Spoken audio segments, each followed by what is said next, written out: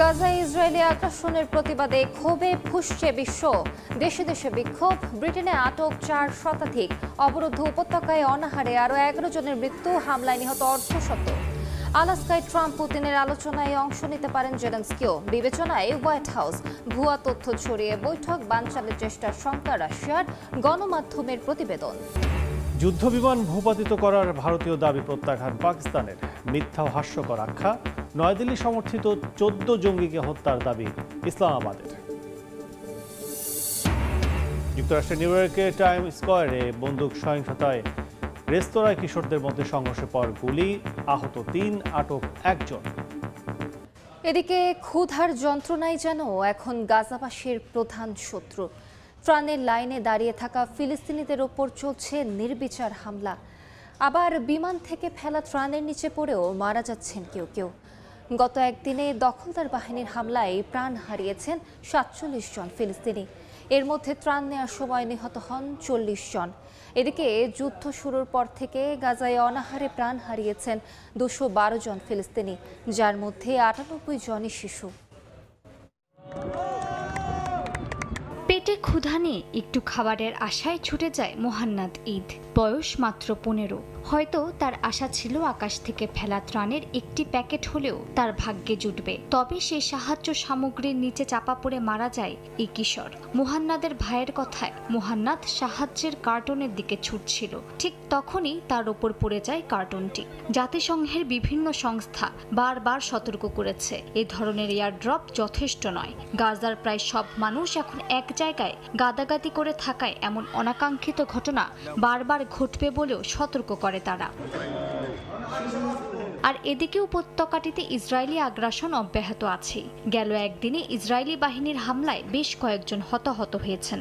Israeli দখলদাররা অধিকৃত পশ্চিম তীরে অভিযান চালিয়ে বেশ কয়েকজনকে গ্রেফতার করেছেন। এ সময় তারা টিয়ার গ্যাসও নিক্ষেপ করে। গাজার রামাল্লাহ এবং হেব্রনে একাধিক হামলা চালায় নেতানিয়াহু বাহিনী। গাজায় ইসরায়েলের নতুন স্থল অভিযান ঘোষণা ও তীব্র হামলার মধ্যে হাজার হাজার মানুষ নিরাপদ আশ্রয় ও খাবারের জন্য লড়াই করছে। দিনে দিনে বাড়ছে অনাহারে মৃত্যুর সংখ্যা। গরম ও পানির তীব্র সংকট তাদের দুর্দশা আরও বাড়িয়ে তুলেছে। গৃহহীনরা প্রচণ্ড গরমের মধ্যে ধ্বংসস্তূপের মাঝে দিন কাটাচ্ছেন। মা বাবারা অসুস্থ শিশুদের সামলাতে হিমশিম খাচ্ছেন। এটা আমার তাঁবু, কিন্তু আমরা এতে ঘুমাতে পারি না।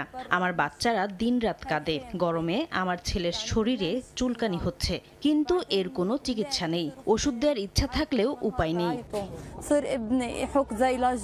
এক বৈঠকে মিশরের পররাষ্ট্রমন্ত্রী বাদর আবদেলাতি ও তুরস্কের পররাষ্ট্রমন্ত্রী হাকান ফিদান গাজার ওপর ইসরায়েলের দখল সম্প্রসারণের নিন্দা জানান। মুসলিম দেশগুলোর একতা ও আন্তর্জাতিক চাপ বাড়িয়ে এই সংকট ঠেকানোর আহ্বান জানান তারা। আর মাত্র কয়েকদিন পরই আসতে পারে ইউক্রেন রাশিয়া যুদ্ধ বন্ধের ঘোষণা, এমন ইঙ্গিত দিয়েছেন মার্কিন প্রেসিডেন্ট ডোনাল্ড ট্রাম্প। জানান, আসছে 15ই আগস্ট যুক্তরাষ্ট্রের আলাস্কায় রুশ প্রেসিডেন্ট ভ্লাদিমির পুতিনের সাথে বৈঠকে বসতে যাচ্ছেন তিনি, আর সেখান থেকে আসতে পারে যুদ্ধ বন্ধের ঘোষণা। তবে রাশিয়া সাফ জানিয়ে দিয়েছে, শান্তি চাইলে ইউক্রেনকে অবশ্যই তাদের কয়েকটি অঞ্চল ছেড়ে দিতে হবে। তবে ভূখণ্ড ছাড়ের শর্তে কোনো শান্তি চুক্তি হবে না বলে ঘোষণা দিয়েছে ইউক্রেন। আর দুই পক্ষই অনড় অবস্থানে থাকলে আদৌ যুদ্ধ বন্ধ হবে কিনা তা নিয়ে সন্দেহ দেখা দিয়েছে। শহীদ আরাফাতের ডেস্ক রিপোর্ট। 3 বছরের বেশি সময় ধরে চলা ব্যাপক রক্তপাত আর প্রাণহানির পর অবশেষে বন্ধ হতে যাচ্ছে রাশিয়া ইউক্রেন যুদ্ধ। এমন ইঙ্গিত মিলেছে রুশ প্রেসিডেন্ট ভ্লাদিমির পুতিনের সাথে মার্কিন প্রেসিডেন্ট ট্রাম্পের বহুল আকাঙ্ক্ষিত বৈঠক শুরুর খবর প্রকাশের পরই। শুক্রবার ট্রুথ সোশ্যালে দেয়া এক পোস্টে প্রেসিডেন্ট ট্রাম্প নিজেই ঘোষণা দেন, আসছে 15ই আগস্ট যুক্তরাষ্ট্রের আলাস্কায় রুশ প্রেসিডেন্টের সাথে বৈঠকে বসতে যাচ্ছেন তিনি। তবে ট্রাম্প চাইলেই কি যুদ্ধ বন্ধ করে দেবেন রুশ প্রেসিডেন্ট? বিশ্লেষকরা বলছেন, হিসাবটা এত সহজ নয়। যুদ্ধ বন্ধের জন্য ইউক্রেনের গুরুত্বপূর্ণ বেশ কিছু শহর রাশিয়ার কাছে ছেড়ে দেওয়ার শর্ত জুড়ে দিয়েছে রুশ প্রেসিডেন্ট। একই সাথে ইউক্রেনকে নিরপেক্ষ রাষ্ট্র থাকার পাশাপাশি ন্যাটোতে যোগদানের সিদ্ধান্ত থেকে সরে আসতে হবে। এসব শর্ত মানলেই রাশিয়া এই যুদ্ধের সমাপ্তি টানবে বলে এরই মধ্যে সাফ জানিয়ে দিয়েছে। একই তথ্য দিয়েছেন মার্কিন প্রেসিডেন্ট ডোনাল্ড ট্রাম্পও। তিনি জানান, ইউক্রেন যাতে তার দোনেস্ক, ডনবাস, খেরসন ও জাপোরিজিয়া সহ বেশ কয়েকটি অঞ্চল রাশিয়াকে দিয়ে দেয়, সে ব্যাপারে ইউরোপের নেতাদের রাজি করানোর চেষ্টা করছে হোয়াইট হাউস।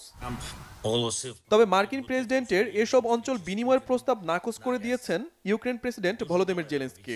বলেছেন ইউক্রেনের ভূখণ্ডের বিনিময়ে কোনো শান্তি আলোচনা হলে সেটা কোনো স্থায়ী স্থিতিশীলতা আনবে না। এই যুদ্ধের সমাপ্তি অবশ্যই ঘটতে হবে। এটি রাশিয়া শুরু করেছে, অবশ্যই রাশিয়াকেই শেষ করতে হবে। তবে ইউক্রেনের ভূমির বিনিময়ে আমরা কোনো সমাধান চাই না। সেটা শান্তি বয়ে আনবে না, সেটি পুরোপুরি ইউক্রেনের জনগণের বিরুদ্ধে যায়। তাই এমন সমাধান প্রয়োজন যা প্রকৃত শান্তি আনবে। এর আগে গেল বছর প্রেসিডেন্ট নির্বাচিত হওয়ার আগেই ডোনাল্ড ট্রাম্প ঘোষণা করেছিলেন ক্ষমতায় যাওয়ার 24 ঘন্টার মধ্যে যুদ্ধের সমাপ্তি টানবেন, কিন্তু এরপর বহু চেষ্টা করেও কোনো সমাধানে আসতে পারেননি। ডোনাল্ড ট্রাম্পের আহ্বানে দফায় দফায় শান্তি আলোচনা, ফোনে বৈঠকের পরও কোনো কার্যকর সমাধান আসেনি। কেননা রুশ প্রেসিডেন্ট যুদ্ধ বন্ধে নির্দিষ্ট কিছু শর্ত জুড়ে দিয়েছেন। গেল জুনের শর্ত অনুযায়ী ইউক্রেনের দখলকৃত 4টি অঞ্চল রাশিয়ার নিয়ন্ত্রণে দিতে হবে। কিয়েভকে ওই অঞ্চলগুলো থেকে সেনা প্রত্যাহার করে নিতে হবে। এছাড়া ইউক্রেন কখনোই ন্যাটোর সদস্য হতে পারবে না বলেও শর্ত দিয়েছিলেন প্রেসিডেন্ট পুতিন। আর এসব শর্ত মানলেই এই যুদ্ধের সমাপ্তি টানবে রাশিয়া। বিশ্লেষকরা মনে করছেন ডোনাল্ড ট্রাম্প যদি ইউক্রেনকে অঞ্চল ছেড়ে দেওয়ার বিষয়ে রাজি করাতে পারে তবে এই যুদ্ধের শেষ দেখবে বিশ্ব। সেজন্য আসছে 15 আগস্টের আলোচনায় মার্কিন প্রেসিডেন্ট রুশ প্রেসিডেন্টের পাশাপাশি ইউক্রেনের প্রেসিডেন্টের উপস্থিত থাকারও প্রয়োজন রয়েছে। তবে ইউক্রেনের প্রেসিডেন্ট ভলোদিমির জেলেনস্কির বৈঠকে অংশগ্রহণ করার বিষয়টি এখনও নিশ্চিত নয়। প্রশ্ন উঠেছে কেন আলাস্কায় আয়োজন হচ্ছে এই বৈঠক। ভ্লাদিমির পুতিনের বিরুদ্ধে আন্তর্জাতিক অপরাধ আদালতে গ্রেপ্তারি পরোয়ানা জারি রয়েছে, তাই পুতিন যে কোনো দেশে যাবেন না। এছাড়া ভৌগোলিক কারণে আলাস্কা রাশিয়া ও যুক্তরাষ্ট্রের মাঝামাঝি অবস্থান। এই রাজ্যকেই সবচেয়ে বেশি নিরাপদ মনে করছেন মার্কিন প্রেসিডেন্ট ডোনাল্ড ট্রাম্প। বিশ্লেষকরা বলছেন রাশিয়া যেহেতু কোনো ছাড় দেবে না, তাই শেষ পর্যন্ত মিত্র ইউক্রেনের প্রেসিডেন্ট ভলোদিমির জেলেনস্কিকে কতটা রাজি করাতে পারেন মার্কিন প্রেসিডেন্ট ডোনাল্ড ট্রাম্প তার উপর নির্ভর করছে এ যুদ্ধের ভবিষ্যৎ। যুদ্ধবিমান ভূপাতিত করার ভারতীয় দাবিকে মিথ্যা ও হাস্যকর বলে প্রত্যাখ্যান করেছে পাকিস্তান। 3 মাস আগে সংঘর্ষ শেষ হওয়ার পর হঠাৎ এমন দাবিকে অবিশ্বাস্য বলে আখ্যা দিয়েছেন দেশটির প্রতিরক্ষা মন্ত্রী খাজা আসিফ।